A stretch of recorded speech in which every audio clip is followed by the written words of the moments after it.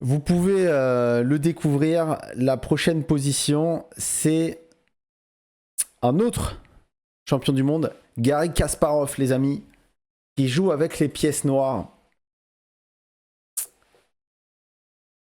Garry Kasparov qui joue avec les pièces noires ici contre Oleg Romanichin.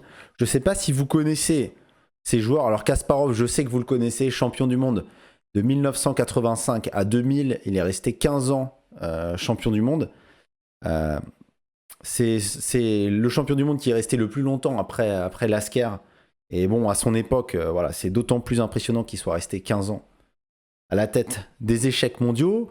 Mais dans cette partie que je vous montre, elle n'est pas très connue parce que Kasparov a seulement 12 ans. Vous m'avez bien entendu, Kasparov a seulement 12 ans dans cette partie. Et il fait face à Oleg Romanichin, qui est un très fort grand maître, qui, à l'époque, à ce moment, à cette partie, a 21 ans, Romanichin, donc il est plus vieux, et il est au top de son art parce qu'il vient de remporter le championnat d'Europe, Romanichin.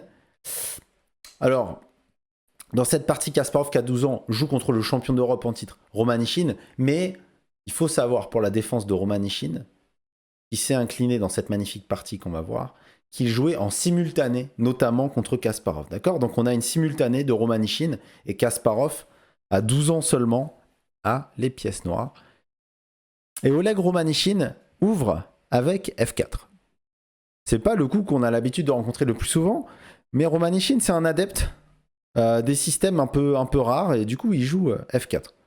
Bon, l'idée intéressante, contrôler une case centrale avec un pion de l'aile, un peu à la manière de l'anglaise, qu'on joue avec C4 pour contrôler la case D5.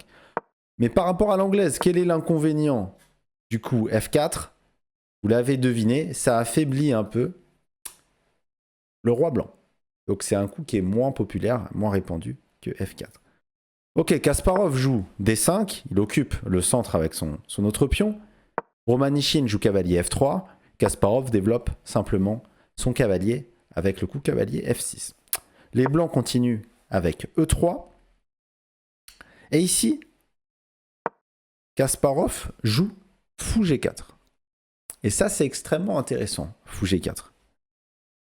Pourquoi est-ce que c'est intéressant fou G4? Parce que d'ores et déjà, bon déjà il développe son fou avant potentiellement de jouer E6 pour développer son deuxième fou.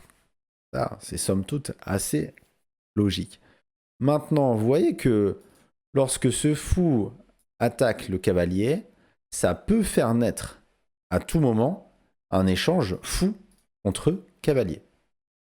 Et qu'est-ce que ça va impliquer cet échange fou-cavalier? Ça va nous donner un rapport matériel déséquilibré, comme dans la partie qu'on vient de voir contre Botvinnik. D'accord? Donc si on échange, et vous devez prendre l'habitude de raisonner de cette manière dans vos parties quasi immédiatement, si on venait à échanger le fou contre le cavalier F3, okay. Après dame prend, on aurait 3 pièces mineures, les 2 cavaliers et le fou, pour attaquer les cases noires, contre seulement 2 défenseurs, chez les blancs, le fou C1 et le cavalier B1 pour défendre les cases noires. Donc si on échange ce fou contre le cavalier, on prend l'avantage sur les cases noires, mais les blancs prennent l'avantage sur les cases blanches. Ça, il faut que ce soit très très clair, parce que quand on parle du jeu de couleurs, c'est étroitement lié avec le rapport matériel qui est présent sur l'échiquier. Et le déséquilibre qu'on a après un échange fou contre cavalier intervient extrêmement souvent dans vos parties d'échecs. Donc ça va vous aider, ça va vous donner des outils très très régulièrement. Ok? Donc fou G4, ok, c'est un coup de développement. Romanichin, évidemment, on va pas sortir son fou sur cette diagonale, donc il joue B3, c'est assez logique, il veut mettre son fou en fianchetto. Et Kasparov joue cavalier D7. Fou B2. Ok. Ici, c'est très intéressant ce que va jouer Garry Kasparov du haut de ses 12 ans. Comment vous continueriez ici avec les noirs? Très haut noir, comment est-ce que vous continueriez? Très haut noir, les amis, qu'est-ce que vous jouez?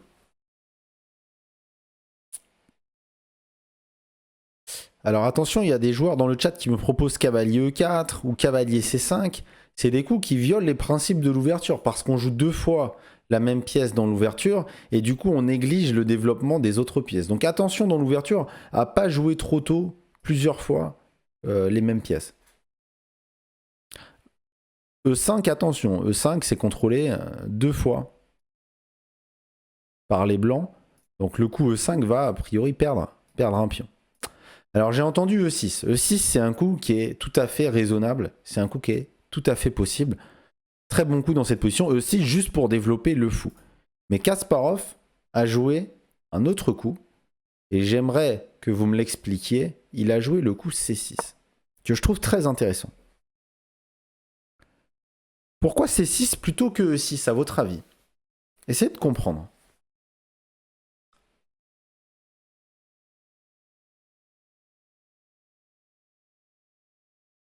Quelle peut bien être l'idée de jouer C6 à la place de E6?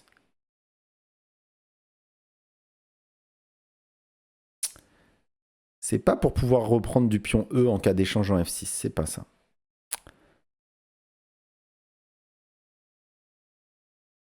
Déjà, le coup C6 a le mérite d'augmenter le contrôle des cases blanches par les noirs. Et on va augmenter le contrôle des cases blanches, et c'est très important parce que Kasparov s'apprête à donner son défenseur des cases blanches. Il a mis son fou en G4, très probablement il va bientôt jouer fou prend F3. Il prendra l'avantage sur les cases noires, mais il sera moins fort sur les cases blanches. Du coup, il prépare déjà une structure de pion solide sur les cases blanches. Maintenant, une fois qu'il va échanger en F3 son fou, il va falloir qu'il attaque les cases noires, c'est ce qu'on va voir aujourd'hui. Et pour attaquer les cases noires, il va falloir faire sauter ce pion F4 là qui contrôle très très bien le centre, notamment la case E5. Donc après l'échange fou prend cavalier qui risque d'intervenir très bientôt, Kasparov a envie de jouer E5 pour attaquer les cases noires. C'est pourquoi il fait C6, il veut pas jouer E6 pour reperdre un temps un peu plus tard à jouer E5. Donc il va faire C6, je vous montre ce qui s'est passé dans la partie.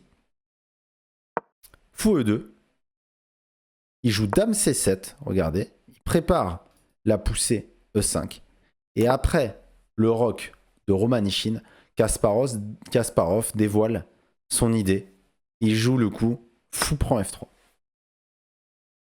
Et là c'est un moment clé, parce que ça bouleverse complètement le rapport matériel, c'est ce qu'on vient de dire. Après Fou prend F3, vous pouvez faire un bilan de la position, les noirs ont plus de pièces mineures pour attaquer sur les cases noires. Regardez, le pion C6 blinde très bien le pion D5 qui est attaqué. Donc sur les cases blanches, on est très solide.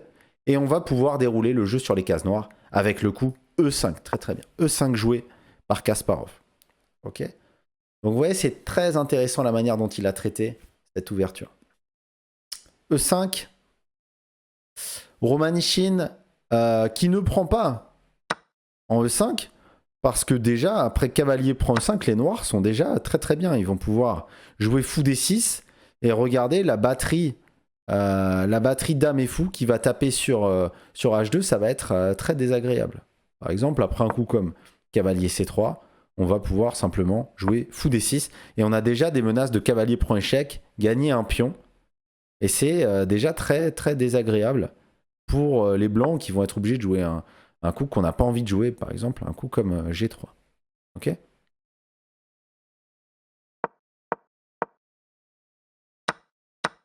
Romanichin est plutôt solide sur case noire avec ses pions. Pour l'instant, il a raison. Alors, justement, c'est une chose qu'il faut retenir. Lorsqu'avec les pièces, on a l'avantage sur les cases blanches, c'est le cas de Romanichin, avec cavalier et fou contre les deux cavaliers, on place plutôt ses pions sur les cases noires pour justement gêner le jeu adverse sur les cases noires. Donc nous, c'est très logique, on vient gêner le jeu des blancs sur les cases blanches avec ces pions-là, et on vient ouvrir sur les cases noires, on vient ouvrir sur F4. D'accord ? Ok. Donc E5, c'est la partie et Romanichin joue D3. Qu'est-ce que vous jouez ? Donc à partir de là, vous devez tirer sur le fil. On va essayer d'attaquer systématiquement les cases noires. Comment attaquer les cases noires ici ? Fou D6. Très bien, Arthur Carlo. On développe une pièce, on finit le développement et on menace de prendre en F4. Très très bien. Ok. À noter qu'on ne pouvait pas immédiatement prendre en F4. C'est un peu prématuré. Après, pion prend, dame prend. Certes, on gagne un pion, mais on s'expose à la découverte avec le fou qui va par exemple manger en D5. Et dame E3 ne marche pas. Après, roi H1. Si les noirs récupèrent le fou, ils vont se faire attaquer la dame. Ça, c'est parce qu'on a violé les principes de l'ouverture. Donc Kasparov, à 12 ans, ne viole pas les principes de l'ouverture et il joue le coup fou D6. Romanichin va blinder les cases noires avec le coup G3. Donc il essaye de créer vraiment un mur de béton sur les cases noires pour s'opposer à la batterie de Kasparov. Ok. Comment vous continueriez ici très au noir? Donc on sait qu'on a en ligne de mire l'attaque sur les cases noires. Maintenant, il ne faut pas négliger la sécurité de notre roi. On va pas prendre, on va pas se lancer dans une action trop tôt. Il faut trouver où mettre le roi à l'abri. Est-ce que Kasparov doit jouer le petit roc ou est-ce qu'il doit jouer le grand roc?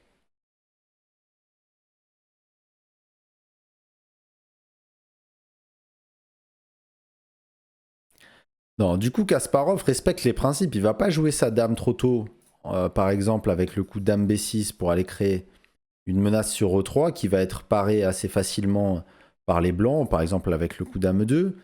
D4, ouvrir la position alors qu'on a le roi au centre. Même si ça attaque les cases noires, ça semble aussi prématuré. H5, que certains ont proposé, le coup H5 pour aller profiter du coup G3 qui vient d'être joué, ouvrir la colonne H et attaquer les cases noires, ça c'est une très bonne idée. H5, H4, c'est un très bon coup dans cette position. Kasparov a préféré d'abord roquer. Et comme les pions ont avancé sur le roi blanc, Kasparov, qui a gardé après plus tard dans sa carrière son style très agressif, décide d'opter pour une position de roc opposée. Maintenant, les noirs vont pouvoir envoyer une avalanche de pions et ouvrir des lignes très facilement sur ces pions qui ont avancé et sur les faiblesses du roi blanc. Donc grand roc, c'est le coup qui a été joué par Kasparov. Ok. Il s'apprête, maintenant qu'on a une position de roc opposé, ça vous le savez. Après, dans une position de roc opposé, ce qu'on veut, c'est faire une course contre la montre, ouvrir des lignes très rapidement sur le roi adverse. Le premier qui arrive à ouvrir des lignes sur le roi adverse va gagner la partie. Donc notre plan est tout indiqué, H5, H4, prendre en G3, et déjà on a ouvert la colonne H sur le roi blanc, c'est très dangereux. Évidemment, Romanichin, qui est champion d'Europe en titre, ne se laisse pas faire. Il voit que l'attaque à l'aile, Kasparov est en avance, ça arrive très très vite, alors que les blancs sont même pas complètement développés. Il décide de réagir à l'attaque à l'aile par une réaction centrale. Il joue le coup C4. C4 envoyé par Romanichin. Et là, à nouveau, comment réagir pour les noirs? Ici, c'est un moment critique, parce qu'il y a une modification possible de la structure de pion. Donc, il faut vous demander quelle structure vous voulez jouer. Donc, essayez d'identifier toutes les structures possibles avec les noirs. Je ne sais pas, est-ce que vous avancez, est-ce que vous prenez, est-ce que vous le laissez prendre? Essayez de voir quelle est l'option qui vous avantage le plus. Je vous laisse 2 minutes pour réfléchir. Kasparov a choisi évidemment la meilleure option, la seule option qui maintient un avantage pour les noirs. Comment gérer cette tension centrale? Allez, il faut vous mettre dans la peau du grand Garry Kasparov, le plus grand attaquant de tous les temps. Alors, il y a beaucoup de joueurs qui proposent E4 dans le chat. Alors le problème de E4, c'est que ça abandonne complètement la tension ici sur les cases noires et sur le pion F4. Donc on oublie l'idée d'activer notre batterie dame fou. Les blancs vont simplement reculer en G2. Et regardez, maintenant ça c'est solide. C'est très solide sur les cases noires. Donc E4, Bon, c'est pas dramatique pour les noirs, mais c'est pas le meilleur coup.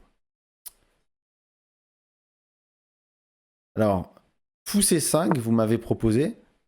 Fou C5, c'est intéressant, on vient attaquer les cases noires ici, mais en fait, Romanichin va être content. Après D4, il est en train de réussir ce qu'il a initié, c'est-à-dire créer du chaos au centre de l'échiquier pour éviter de se faire mater dans une attaque de roc opposé qui avait l'air mal partie pour lui. Il avait l'air d'être en retard. Donc ici, les blancs sont très bien. Par exemple, après pion prend, ils vont jouer plutôt pion prend. Le fou va devoir reculer, fou D6 et regarder à nouveau. Voilà, cette batterie est dominée. Pas incroyable. Si on envoie H5, qui a été proposé aussi, si on envoie H5 qui a été proposé, ça c'est une idée tout à fait correcte pour ouvrir la colonne H, attaquer. Le problème c'est que les blancs vont pouvoir prendre en D5. Alors, soit on la joue sauvage avec H4, et pourquoi pas, roc opposé c'est une course contre la montre, mais on autorise quand même les blancs à gagner du matériel, puis on prend C6, B prend C6, le fou par exemple va reculer en G2 pour laisser la dame arriver ici, et c'est tout de suite un peu plus compliqué, la tour qui va pouvoir un jour venir ici, le roi est faible, on n'aime pas trop cette position. Position à double tranchant, mais les blancs s'en sortent très très bien. Donc H5 n'est pas la meilleure option parce qu'on autorise les blancs à prendre en D5 et à ouvrir la colonne C.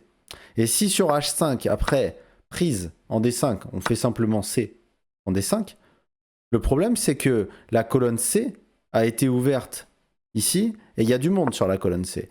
Donc après cavalier C3, les blancs vont pouvoir jouer tour C1, commencer à créer des menaces. Il y a déjà des menaces de cavalier B5. Les blancs ont clairement du contre-jeu.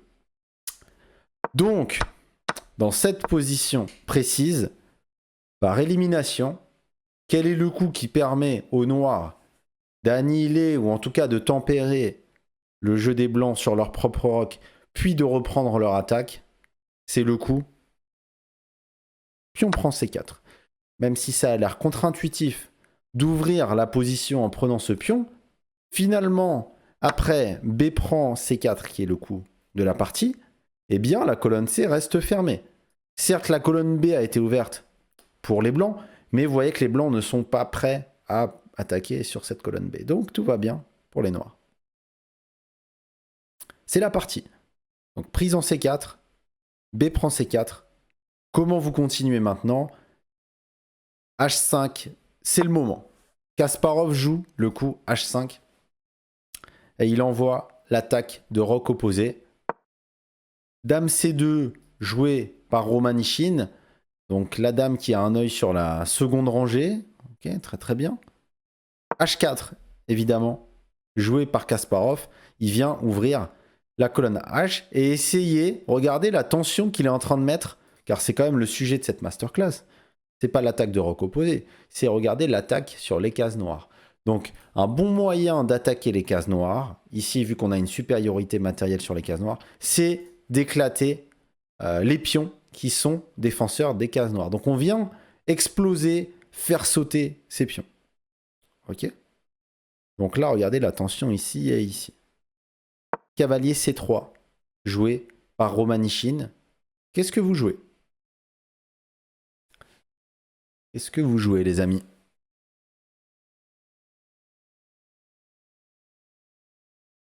On ouvre la boîte, moi Dib. Alors comment on ouvre la boîte? Comment ouvrir la boîte? Comment ouvrir le roc? Mais on est venu là pour ça. Kasparov qui encaisse le pion en G3. Après H prend G3, il a réussi à ouvrir la colonne H pour sa tour.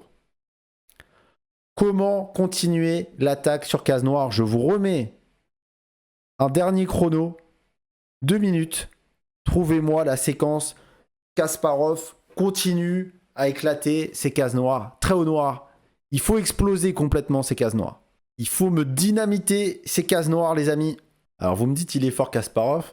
Il a seulement 12 ans dans cette partie. C'est une partie qui est parfaite. Ok, alors beaucoup ont proposé tour H3. Enfin, beaucoup. La plupart ont proposé E prend F4, on va y revenir. Mais certains ont proposé tour H3. Problème de tour H3, ok, c'est une bonne idée, hein. On attaque le pion G3, on veut doubler sur la colonne H.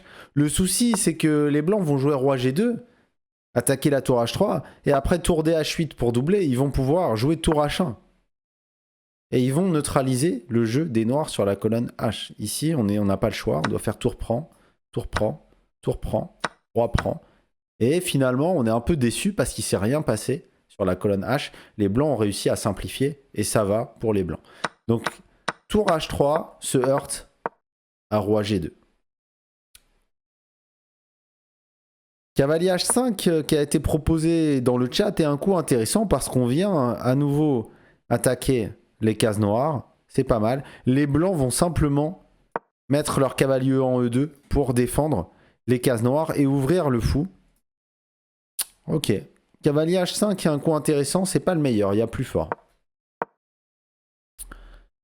Ok. Ici, évidemment, et la plupart ont trouvé cette séquence, Kasparov a joué pion prend F4. C'est le bon coup. Pion prend F4, très fort coup de Kasparov. Bon, ça semble, somme toute, assez logique. E prend F4, joué par Romanichin. Et là qu'est-ce qu'on fait maintenant? N'oubliez pas le thème. Attaquer sur une couleur de case. G5. G5 joué par Kasparov pour finir de miner les cases noires. Il ouvre 1 à 1, pardon, tous les leviers qui étaient sur case noire. Il fait sauter les verrous et sa batterie devient incroyable. Par exemple, après un coup, c'est pas la partie. Romanichin a joué dans la partie cavalier E4 pour essayer de ramener des pièces en défense et faire jouer son fou. On va voir ce qui s'est passé dans la partie. Mais par exemple, si les blancs, juste pour vous montrer le succès de cette stratégie d'attaque sur case noire, si les blancs prennent en G5, on va jouer fou prend G3, on va sacrifier le cavalier. Et après, par exemple, pion prend F6, comment est-ce qu'on va gagner ici? On va jouer, par exemple, tour G8. Regardez, le roi est complètement ouvert. Il y a trop de pièces à l'attaque, 4 pièces à l'attaque. Par exemple, après un coup comme fou G2, pour essayer d'obstruer la colonne G, ici, on peut jouer énormément de coups. Je pense que le plus fort serait dame B6, échec, force, tour F2, et après fou prend F2, dame prend F2. Petite tactique pour finir les blancs. Quel est le plus fort coup ici pour les noirs? Tour H1, très très bien. Tour H1. Tour H1, joue sur le clouage du fou. Le roi est obligé de prendre et on gagne la dame. Et on va mater prochain coup avec tour H8. Donc, ok. Donc du coup G5, très fort coup. Et F prend G5 est exclu par Romanichin qui comprend qu'après fou prend G3, la partie va se terminer. Il décide de jouer le très fort coup cavalier E4. Ok. Après cavalier E4, ici le cavalier est cloué. Évidemment, Kasparov s'en fout complètement. Cavalier prend E4. Il a calculé que si jamais les blancs acceptaient la qualité avec fou prend H8, il allait jouer cavalier prend G3, contre-attaque la tour F1 et le fou est toujours en prise. Et du coup, les noirs vont gagner du matériel, au moins un pion. Par exemple, si le fou recule, ou D4, on va pouvoir jouer cavalier prend F1, tour prend F1 et fou prend. Et on se retrouve avec 2 pions de plus. D'accord? Donc Kasparov calcule ça, donc il joue cavalier prend E4, Romanichin joue D prend E4, Kasparov joue tour G8, sa tour était en prise en H8, il joue tour G8 et renforce la pression de cette colonne. Et vous voyez ici, la tension est insoutenable sur les cases noires, et le seul défenseur des cases noires est en B2 de l'autre côté de l'échiquier. Évidemment, ça ne peut pas bien se passer. E5, joué par Romanichin, il continue à blinder sur les cases noires, il essaye de mettre tous ses pions sur cases noires, mais Kasparov a anticipé. Fou C5, échec. Le roi est contraint de bouger, et Kasparov joue G prend F4. menace de tour prend G3. Ok. Donc là, l'avantage obtenu par les noirs est déjà décisif dans cette partie. On va voir très rapidement, parce qu'ensuite on va accueillir Julien Souk. Je vous montre quand même comment il a terminé avec brio cette partie. Et la conclusion technique est très intéressante. G4, Romanichin qui essaye de fermer tant bien que mal la position sur son roi. Et Kasparov qui joue cavalier prend E5. Et il a calculé quelque chose de très fort, Kasparov, déjà à 12 ans, il est très très fort, regardez. Il a calculé que sur Dame F5 échec, qui est le coup joué par Romanichin, qui fait une fourchette, alors il n'a pas calculé cavalier D7, parce que après cavalier D7, même si les noirs ont 2 pions de plus, après le coup tour D1 par exemple, les blancs ont quand même quelques compensations. Il y a ce clouage qui est assez désagréable. La position est maintenant un peu fermée sur le roi blanc. Il y a les fous qui sont très actifs. Ok, les blancs se battent encore, même si l'avantage est noir. Mais Kasparov a trouvé ici un très fort coup. Du haut de ses 12 ans, il avait calculé Dame D7. C'est le coup qu'il a joué. Sacrifie le cavalier E5. Mais les blancs ne peuvent pas prendre en E5 à cause de tour prend G4. Tour prend G4 qui sonnerait le glas. Regardez, si fou prend G4, Kasparov a prévu Dame prend G4, échec. Roi H2, Dame G3, échec. Force Roi H1 et Dame H3, échec et mat. Donc, le cavalier est imprenable. Romanichin qui joue Dame prend D7. Je vous montre la fin de la partie à titre indicatif. Mais la stratégie d'attaque sur les cases noires a déjà fonctionné. Kasparov a maintenant une finale avec 2 pions de plus. Et regardez, il aura gardé ce style toute sa carrière, mais regardez, continue à agresser son adversaire. Après Roi H3 pour se déclouer de Romanichin. Kasparov joue cavalier B6. Attaque le pion C4. Fou F6, Romanichin qui attaque la tour. Kasparov qui active sa tour sur la 3e rangée avec tour D3. Romanichin défend le pion C4 qui était attaqué par le cavalier. Kasparov reprend l'initiative sur le fou avec cavalier D7. Le fou recule et Kasparov attaque à nouveau le roi de Romanichin. F5, il ouvre la position. Regardez l'agressivité derrière chaque coup du jeune futur champion du monde. On menace de prendre, le fou ne pourra pas reprendre, il est cloué. Et ici, ce qui est très drôle, c'est que sans doute par respect pour le petit prodige qu'il avait en face de lui, Romanichin s'est laissé mater.